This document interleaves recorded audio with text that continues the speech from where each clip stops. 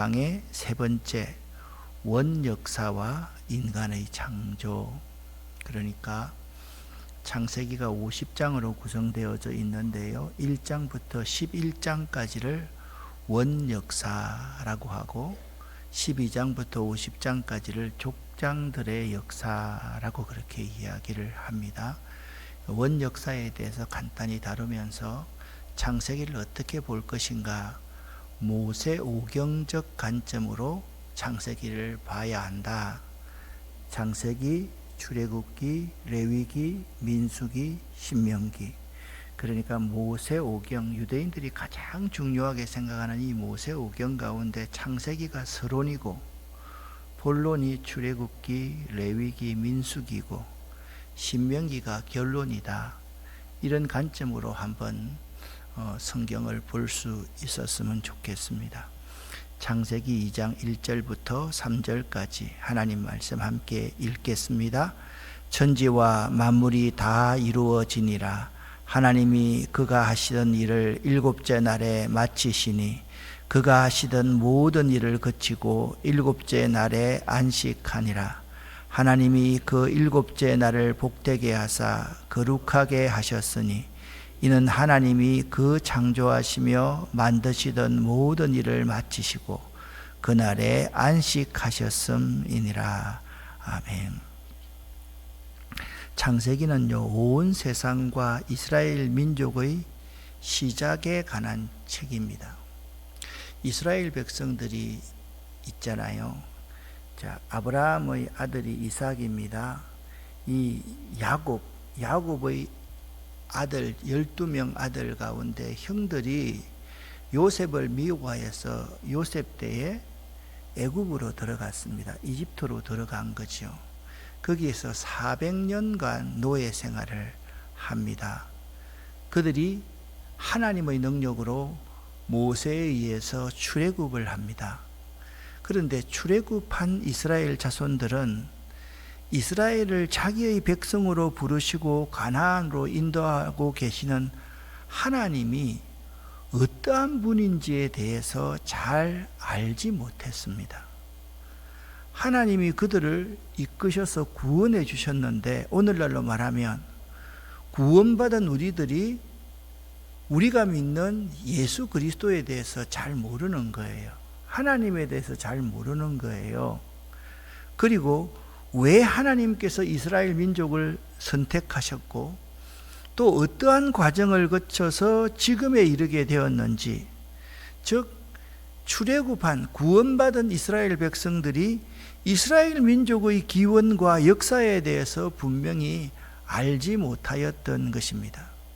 그러므로 그들은 이러한 사실에 대해서 배울 필요가 있었으며, 따라서 하나님께서는 이 세상의 기원으로부터 시작하여 이스라엘 민족의 조상들을 부르시고 이스라엘이 애굽으로 들어가게 된 때까지의 역사를 모세를 통하여서, 물론 모세가 모세오경을 다 일일이 집필한 것이 아니지만 모세가 그 시대의 지도자로 있었기 때문에 모세를 통해서 모세오경, 특별히 창세기를 기록해 주셨던 것입니다.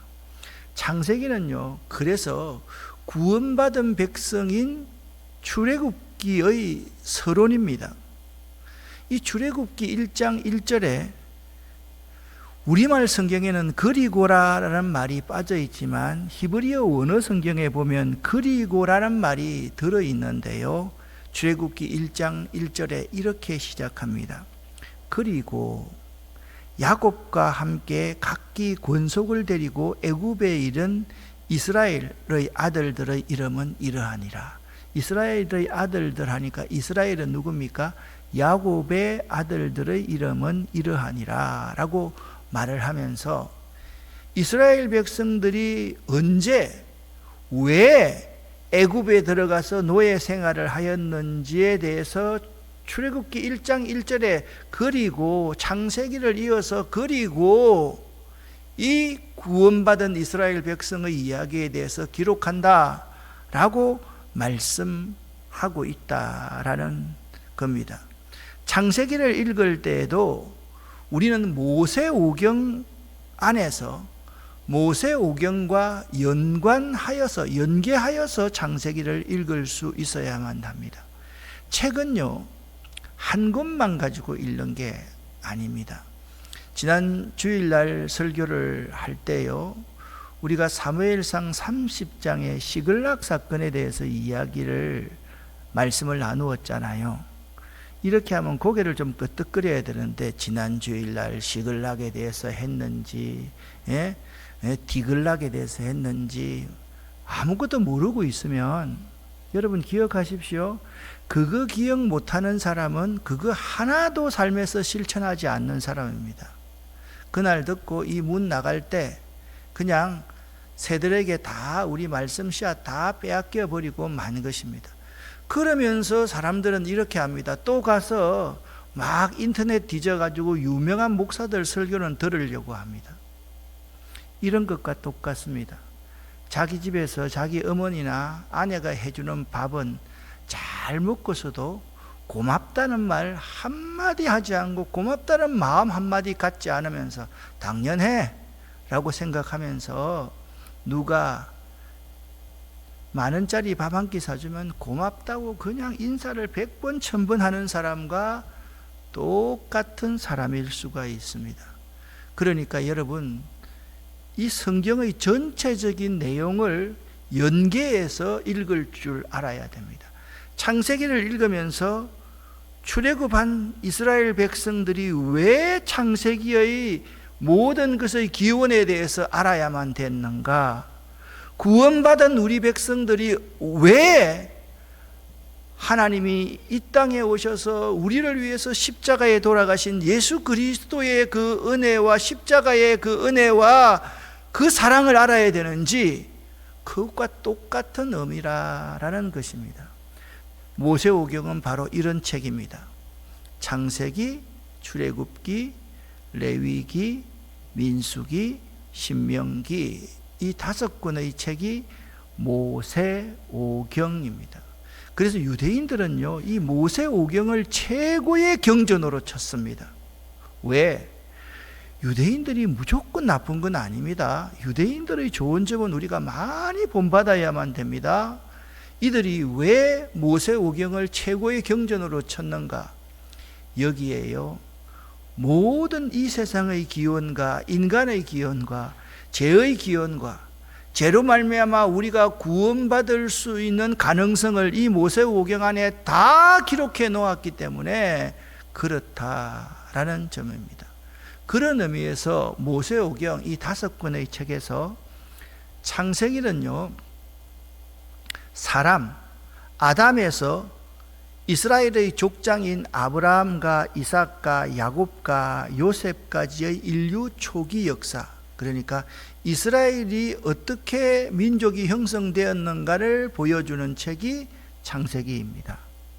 출애굽기는요, 야곱 때 이삭의 아들 둘이 있었지 않습니까? 누굽니까? 에서와 야곱이 있었습니다.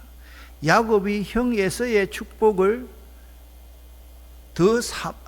하나님의 축복을 더 사모해서 에서보다 먼저 복을 받았습니다. 그것으로 형이 자기를 죽이려고 하니까 하란으로, 외삼촌이 있는 하란으로 갔다가 다시 돌아왔습니다. 돌아와서 하나님이 축복해서 거대한 가족을 이루게 되었습니다. 그때 야곱의 아들 중에 요셉이 애굽으로 팔려갔습니다. 보디발의 집에 말입니다. 그래서 출애굽기는 출애굽 이후에 이스라엘 역사의 시작이 시내산부터 시작했다. 이스라엘 역사는 모세가 하나님으로부터 언약의 율법을 받은 시내산으로부터 시작되었다. 그 사실을 출애굽기는 우리에게 말씀해 주고 있습니다. 레위기는 율법적인 규범에 의해서 이스라엘 백성이 하나님과 어떻게 교제하고 하나님과 어떻게 만나고 하나님을 어떻게 섬기는가를 자세하게 기록해 놓은 책이 레위기입니다. 레위기는요, 지겨운 책이 아닙니다. 우리가 영적으로 하나님을 만나기 위해서 지켜야 될 모든 규례들을 상세하게, 그토록 왜 상세하게 기록했을까? 저는 고등학교 다닐 때 성경을 읽으면서 레위기를 가면 장강고 하면서 막 나오는데 지겨워가지고요, 얼마나 왜 이런 걸 기록해 놓았을까라고 생각했는데, 조금 믿음의 깊이가 깊어지고 성경을 이해하게 되니까 레위기가 없었다고 하면 우리가 하나님을 어떻게 섬길 수가 있었을까? 인간은요, 너무 죄인이라 가지고요, 그렇게 상세하게 0.1mm도 오차 없이 섬기라고 안 하면 안 섬기거든요. 그러니까 하나님이 레위기를 주신 거예요. 그 다음 민수, 백성들의 머릿수를 세웠다. 그러니까 민수기 아니고 numbers 이렇게 되면 민수기. 이스라엘의 정치적인 조직을 말하고 있는 거예요. 그러니까 민수기서에서 보면 이스라엘이 그 이제 민족으로서의 형성되는 아주 기본적인 부분들을 보여주거든요. 그리고 신명기는 이스라엘 백성들이 젖과 꿀이 흐르는 가나안 땅에 들어가기 전에 모세가 이스라엘 백성에게 당부한 설교의 내용이 신명기로 기록되어져 있는 것입니다. 그런 의미에서 모세오경적 구조에서 이 모세오경을 구분해 보면 창세기는 서론이 되고 신명기는 결론이 되고 본론은 출애굽기와 레위기와 민수기이다. 그렇게 봐도 무방하다. 그렇게 여러분 생각하시면 되겠습니다.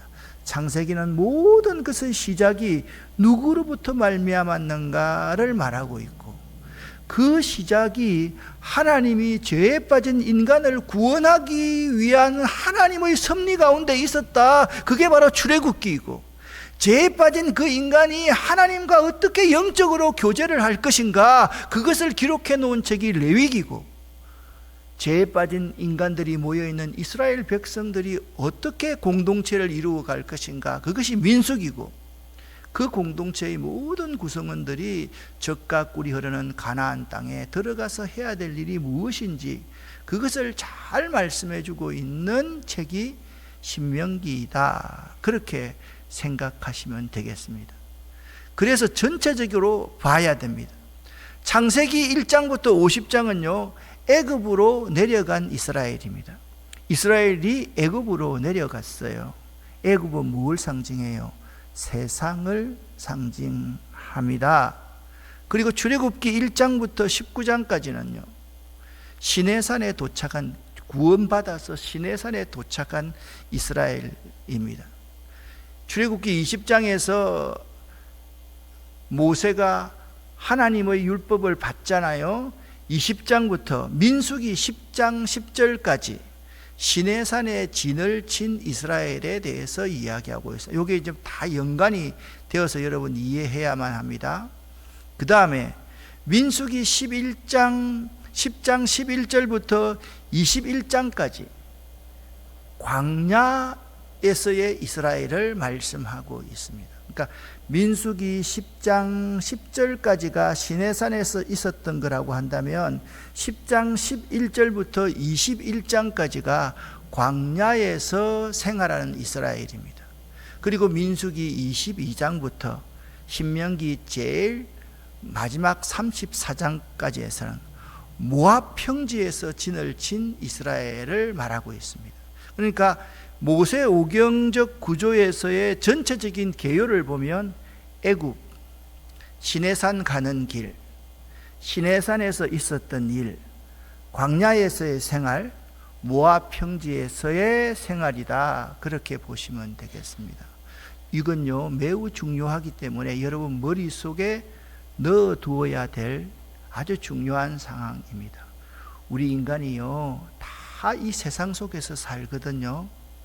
그런데 인간이 세상 속에서 살면서 구원받는 것은요 하나님 말씀, 이 하나님 말씀에 기록되어져 있거든요. 구원받고 나면요 하나님 말씀 가운데 거해야 돼. 그게 시내산에서의 생활입니다. 구원을 받은 사람들은 반드시 뭘 거쳐야 되는가? 광야를 거쳐야 돼요. 그게 민수기 10장 11절부터 민수기 21장까지의 내용이에요. 그리고 민수기 22장부터 신명기 34장까지는요, 모압 평지에서 우리가 어떻게 영원한 하늘나라에 들어갈 것인가, 그 점을 우리에게 잘 말해주고 있다라는 점입니다. 자, 그러면 창세기 1장부터 2장까지의 내용을 말하기 전에 창세기는 몇 장으로 구성되어 있다 그랬습니까? 50장으로 구성되어 있다 그랬습니다. 1장부터 11장까지, 그러니까 12장부터 아브라함 이야기가 시작되거든요. 11장까지가 원역사들이라고 그러고 12장부터 50장까지가 족장들의 역사라고 그럽니다. 이 원역사 안에는요, 이런 내용이 기록되어져 있습니다. 천지 창조가 기록되어져 있습니다. 그 천지 창조 가운데 인간의 창조도 당연히 기록되어져 있겠지요. 그래서 이 세상의 모든 기원과 사람의 기원은 누구로부터 말미암았다? 하나님으로부터 말미암았다. 여러분 조금 어색해도 이럴 때는 말을 해보세요. 모든 것이 누구로부터 말미암았다? 하나님으로부터 말미암았다. 그런데 인간이 아담과 하와가 선악과를 따먹으면서 불순종합니다. 죄가 누구로부터 말미암았다? 인간으로부터 말미암았다. 인간의 불순종으로 말미암아 죄가 이 세상에 들어왔다. 사단 때문에 죄가 들어온 거 아닙니다, 여러분. 사단은 미혹하고 유혹하는 존재이지만은 우리 사람이 불순종해서 죄를 불려 드린 거예요. 우리가 나쁜 짓 해놓고 나서 아니에요, 저 사람이 유혹해서 내 나쁜 짓 했어요, 이 말을 하는 사람과 똑같은 게 인간이 죄를 불러들였다라고 인정하지 않는 사람이에요. 그러면 창세기 이 3장부터 가면 형제끼리 싸워서 죽이지요. 그렇잖아요, 그죠? 그 다음에 노아의 홍수 이야기가 나오죠. 인간의 멸망, 바벨탑 이야기가 나오죠. 이런 것은 뭡니까? 죄가 얼마나 고질적으로 증가하는가, 이 세상에 죄가 얼마나 간영한 곳인가, 그걸 창세기 11장까지 보여주고 있는 겁니다. 12장부터 23장까지는 아브라함 이야기가 나오고요, 24장부터 26장까지는 이삭 이야기가 나오고요, 조금은 중복됩니다. 27장부터 36장까지는 야곱 이야기가 나오고요, 37장부터 50장까지는 요셉 이야기가 나온다, 그렇게 생각하시면 됩니다. 자, 창세기 1장부터 2장 3절까지의 내용은 이런 내용으로 구성되어져 있습니다. 창조주 하나님, 그 땅은 혼돈된 상태에 있었다. 하나님이 제일 먼저 빛을 만들었다. 여러분, 빛이 없으면 생명이 탄생되지가 않습니다. 빛이 굉장히 중요합니다. 그 다음에 궁창을 만들었습니다. 궁창은 하늘 위의 물과 궁창 아래의 물로 물을 창조했다라는 것입니다. 네 번째, 바다와 육지를 구분하셨습니다. 바다와 육지를, 그 다음에 바다와 육지가 있으니까 모든 생물들이 살려고 하면 식물이 있어야 되겠죠. 식물을 만드셨습니다. 그리고 하늘의 일월 성신을 만들었습니다. 그리고 새와 물고기를 만드셨습니다. 그 다음에 각종 포유류들, 땅의 짐승과 사람을 만드셨습니다. 그리고 하나님께서 사람에게 이 모든 자연을 관리하고 다스리라고 책임을 부여하셨습니다. 오늘 2장 1절부터 3절까지는 안식일을 제정하십니다. 그 이후로 하나님이 사람을 흙으로 만드시고 그 코에 생기를 부어 넣으시니 생명이 되었다. 자, 여러분 보세요. 6일 창조의 이야기입니다. 첫째 날 빛이 있어라, 빛을 만들었습니다. 두 번째 날 궁창을 만들고 물을, 하늘 위의 물과 하늘 아래의 물을 구분하셨습니다. 세 번째 날은요, 육지와 바다를 만들었습니다.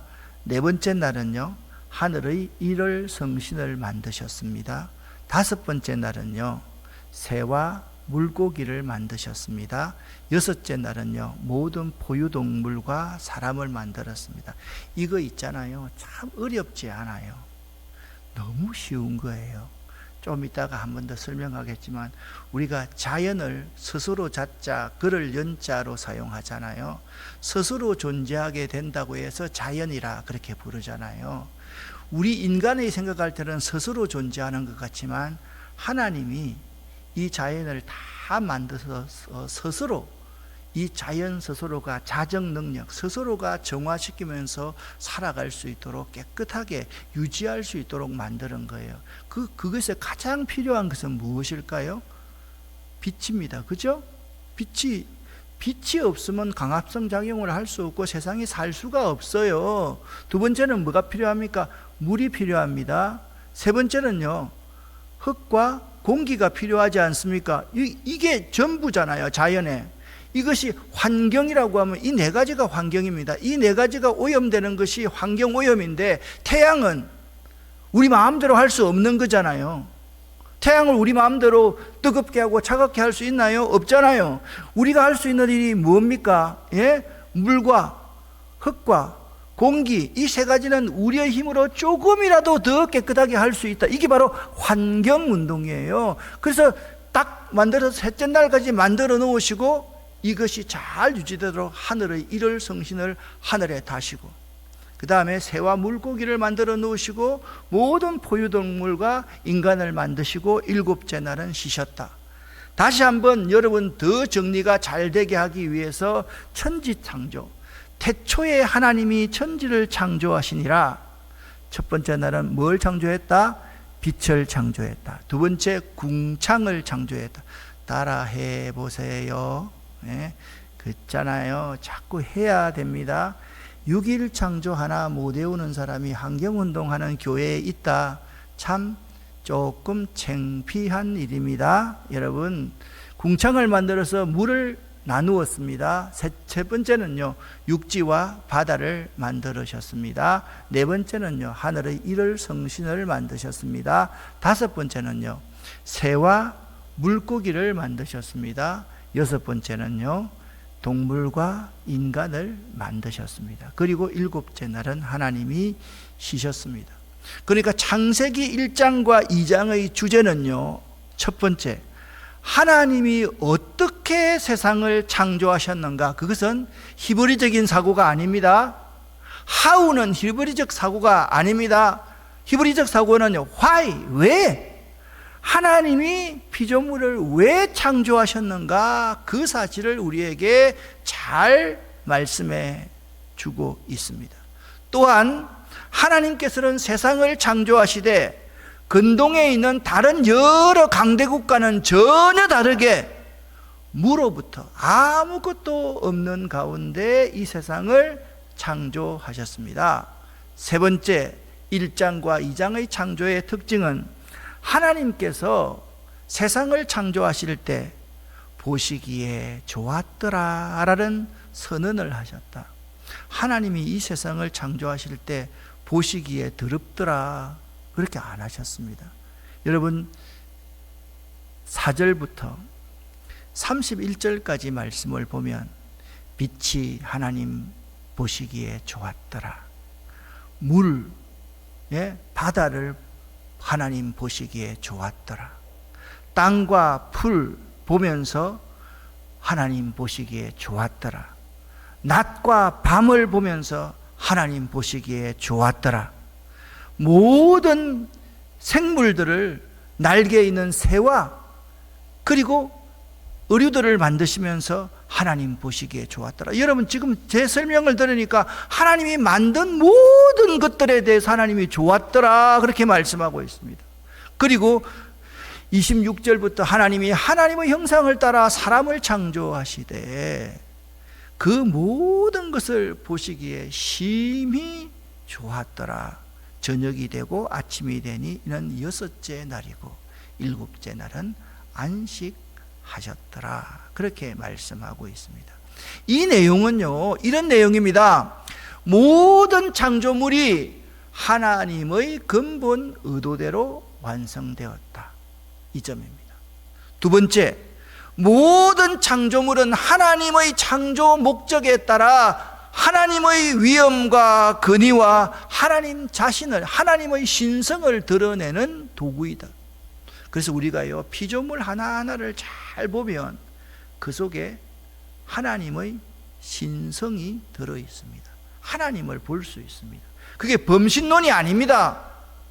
자연 속에서 하나님이 얼마나 인간들이 서로 싸우지 않고, 힘 세다고 약한 놈 그냥 두들겨 패가지고 뺏지 말고 더불어 함께 살아가야 될지, 아주 약한 동물, 생물 하나를 통해서도 모든 생명체들이 더불어 살아갈 수 있게 만들어 주셨다니까요.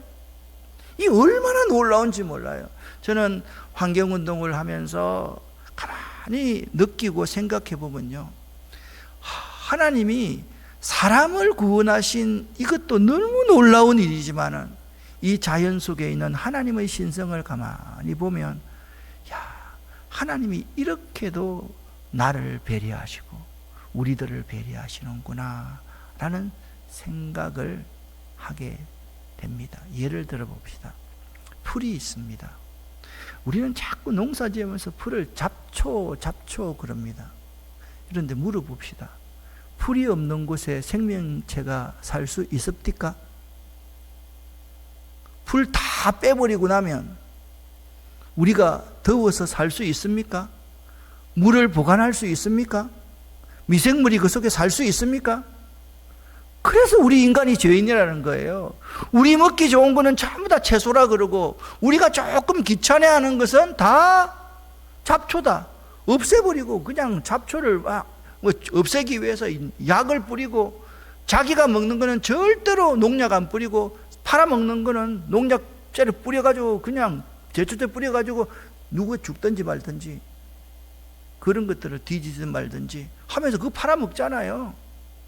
여러분, 정말 중요한 것은요, 지금 이렇게 오늘도 한번 나가보니까, 이게 이제 쑥이 이게 파릇파릇하게 올라와요. 근데 공원에서 쑥을 뜯고 있는 사람이 많아요. 뭐 가슴이 아파요. 공원에는 쑥 뜯으면 안 돼요. 그 농약 치는데, 공원에서 쑥 뜯으려 그러면요, 공원 걷는 길 바깥에 수유지라고, 그게 물 모아두는 양쪽이 있잖아요. 그것도 몰라요. 수유지, 유수지, 수유지라 그러잖아요. 거기에 들어가면 거기는 농약 안 쳐요. 거기는 뜯으면 조금 괜찮아요. 그런데 있잖아요, 쑥도 마찬가지예요. 길가에서 쑥을 뜯으면요, 타이어 분진, 타이어에서 얼마나 이게 닭을 키워보면요, 일주일만 딱 키워도 모든 닭집 위에 먼지가 앉는데 그렇게 가는 먼지일 수가 없습니다. 그냥 이만큼 있습니다. 들어만 가면 닭장에 들어가서 밥 한 번 주고 오면 온 몸이 다 먼지로 다 덮여져 있습니다. 마찬가지입니다. 타이어 분진 그게요, 가까운 데 있는 쑥에는요, 그게 다 묻어 있다고요. 그거 먹으면요, 폐에서 빠져나가지도 않고 계속해서 누적되어 있는 거란 말입니다. 그래서 우리가 정말 잘 먹으려고 하면 좀 그런 걸 먹을 수 있는 곳에서 우리가 캐서 먹어야지요. 사서 먹는 거 그것도 못 믿는다니까요. 여러분, 그렇잖아요. 여러분, 옥수수 같은 거 사람들이 어떻게 키우는지 우리 한경선생님 알죠? 예? 길가에요, 제초제 싹 뿌려가지고 풀 다 죽으면 거기다가 그냥 땅 해가지고 옥수수 심어가지고 그거 팔아먹는다. 그거 자기는 절대로 안 먹어요. 사람이 그만큼 죄인이에요. 그래서 이 세상의 모든 창조물 속에는요, 하나님의 신성이 있어서 하나님 자신을 드러내는 도구가 이 자연이더라라는 겁니다. 그러므로 모든 창조물은 하나님께 영광을 돌릴 때만 그 존재의 가치가 있습니다. 그걸 알아야 돼요. 자, 이 그림은 매우 중요한 그림인데요, 히브리인들의 우주관이에요. 히브리인들은 이 지구를, 이 우주를 이렇게 생각을 했어요. 여기 보세요. 여기 궁창이 있고 궁창 위에 물, 이 하늘에서 비가 내리니까 궁창 위에 물, 궁창 아래에 물이 있고, 이 세상을 바치고 있는 이 기둥이, 땅의 기초가 있다고 그렇게 믿었어요. 땅 아래 서울 지옥이 있고요, 요 하늘 위에 하나님이 계신다고 믿었어요. 그리고 요 깊은 심연이 이 속에 있다. 여기에 궁창 위에다가 일월 성신이 이렇게 딱 붙어 있다, 그렇게 믿었어요. 이게 틀렸다 맞다라고 생각하지 말고 히브리인들의 과학은 이런 모습이었다는 것을 이해하고 나아가자라는 말입니다. 말씀드렸듯이 자연이라는 것은 우리 주변에 흩어져 있는 모든 생명체들, 생명이 있는 모든 것을 바로 자연이라고 그러잖아요. 이 모든 생명이 잘 자랄 수 있도록 하나님이 조화롭게 만드는 것이 자연이에요. 그런데 아까 말씀드렸잖아요. 이 모든 생명체가 조화롭게 크기 위해서는 반드시 4가지가 있어야 돼요. 뭐가 있어야 됩니까? 햇볕이 있어야 돼요. 두 번째, 물이 있어야 돼요. 그 다음에 흙이, 토양이 있어야 돼요. 그리고 공기가 있어야 돼요. 이 4가지가 있어야 되는 거예요. 근데 이 4가지 중에 하나는 우리 마음대로 할 수 없는 거다. 이 햇볕은 우리 마음대로 할 수 없는 거예요. 그래서 이 4가지를 만들어 놓고 하나님이 이 모든 생명체들을 이 땅에 창조해 놓으셨다라는 거죠. 이 4가지가 없으면 이 생명체들이 유지되어 갈 수 있고 서로가 서로 상생할 수 있겠습니까? 결코 그럴 수가 없는 거죠. 그래서 이 창세기 1장에는 인간은 무엇이며 어디에서 왔는지에 대해서 아주 분명하게 말씀하고 있습니다. 26절, 27절 같이 한번 읽어보겠습니다.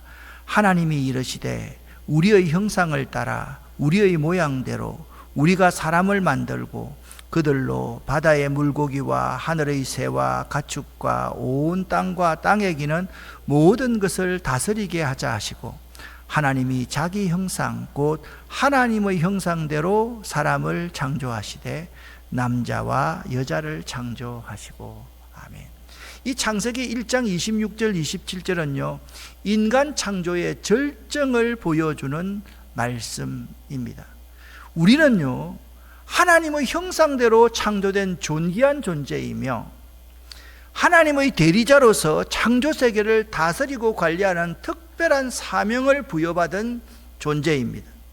그러나 이 특별한 사명을 부여받은 존재가 죄를 짓지 말아야 돼요. 그래야 하나님과 하나님의 사명을 온전히 이룰 수 있는데 이기심, 개인적인 성향, 욕심 이런 것들 때문에 하나님의 형상이 훼손되어 버린 거예요. 그래서 하나님의 형상이 창세기에 보면 철저하게 훼손되어 있는데 이 훼손에 대한 복은, 구원은 예수 그리스도를 통해서 이 형상이 회복된다. 그 그림자를 어디서 보여주고 있다? 창세기에서, 창조의 이야기에서 우리에게 보여주고 있다라는 겁니다. 그런 의미에서 여러분, 우리가 하나님의 형상으로 창조되었다. 그것은 이런 의미입니다. 인간은 가장 존귀한 피조물이라는 거예요. 맞습니다. 인간은요 생명체 중에 가장 존귀한 피조물입니다. 인간은 하나님의 형상을 잃어버리면요 가장 불행한 존재가 됩니다. 그리고 하나님의 형상을 온전히 회복해 가야 될 존재가 인간입니다. 죄에 빠진 인간들이 하나님 형상을 회복해야 돼요. 그리고 하나님의 형상을 회복해 가는 사람에게는 복이 주어집니다. 어떤 복이 주어지냐? 창세기 1장 28절에 이렇게 말합니다. 하나님이 그들에게 복을 주시며 하나님이 그들에게 이르시되 생육하고 번성하여 땅에 충만하라 말씀하셨습니다. 하나님은요 하나님의 걸작품인 인간을 창조하시면서 그들에게 뭘 주셨다? 복을 주셨습니다. 하나님의 형상대로 사는 것 자체가 복인 것입니다. 도대체 그러면 여기까지만 오늘 할게요. 하나님의 형상이라는 것은 뭘 말하는 것인가? 첫 번째, 인간의 품성이 하나님과 닮았다라는 것입니다. 그래서 하나님의 속성 가운데 10가지가 있잖아요.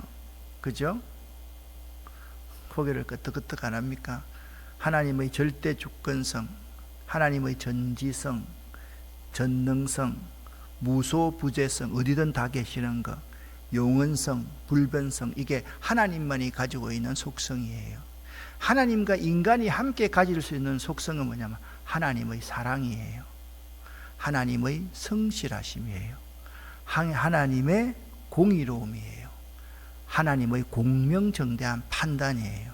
그러니까 인간이 하나님을 닮았다는 것은 그 하나님의 형상 가운데서 하나님의 형상, 고유한 형상들이 우리 속에 있는 거예요. 공유할 수 있는 그런 게 있는 거예요. 그래서 양심이 있고요, 도덕성이 있고요, 책임감이 있고요, 정의감이 있고요, 창조성 등이 다른 피조물과 다른 속성을 가지고 있기 때문에 인간이 하나님의 형상이라 그렇게 말을 한다라는 거예요. 이게 없으면, 양심이 없고 도덕성이 없고 책임감이 없고 정의감이 없으면요, 죄인이에요. 하나님 형상 아니에요. 두 번째, 인간은 하나님과의 관계성에서 특별한 존재로 지음을 받았습니다. 그래서 인간은요, 하나님의 파트너로 부름을 받았습니다. 하나님이 인간에게 책임을 맡겨주시면서 하는 말이 생육하고 번성하여 땅에 충만하라, 땅을 정복하라, 바다의 물고기와 하늘의 새와 땅에 움직이는 모든 것을 다스리라 하는 것은 너 혼자 잘 먹고 잘 살아라 그게 아니라 니네들이 이런 생산활동을 통해서 모든 생명체들이 더불어 함께 살아갈 수 있는 주체자가 되라. 하나님이 그런 파트너로 우리를 세워주셨다라는 거예요.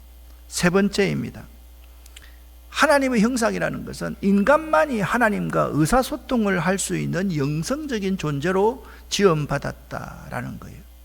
인간은요, 대하적 존재고 영성적 존재입니다. 우리가 영적 안테나를 잘 세워서 하나님과 초점을 맞추면요, 하나님과 대할 수 있는 이 세상의 생명체 가운데 유일한 생명체가 사람이더라는 거예요. 마지막 한 가지입니다. 인간에게는요, 사회적 책임성이 있습니다. 하나님은요, 이 세상의 모든 키맨으로 사람을 만들었습니다. 인간에게 권한을 부여하셨고 책임도 부여하셨고 인간에게 사명도 부여하셨다는 거예요. 에덴 동산 때부터 모든 특권도 주시고 관리할 책임도 주시고 사명도 인간에게 주셨기 때문에 인간은 하나님의 형상으로 만드는 것이다. 자, 여러분, 하나님의 형상 네 가지를 꼭 기억할 수 있기를 바랍니다. 2장 1절부터 3절은 다음 시간에 하도록 하겠습니다. 첫 번째는 하나님의 성품을 닮았다. 두 번째, 하나님과의 관계 안에서 하나님의 파트너로서 인간은 부름을 받았다.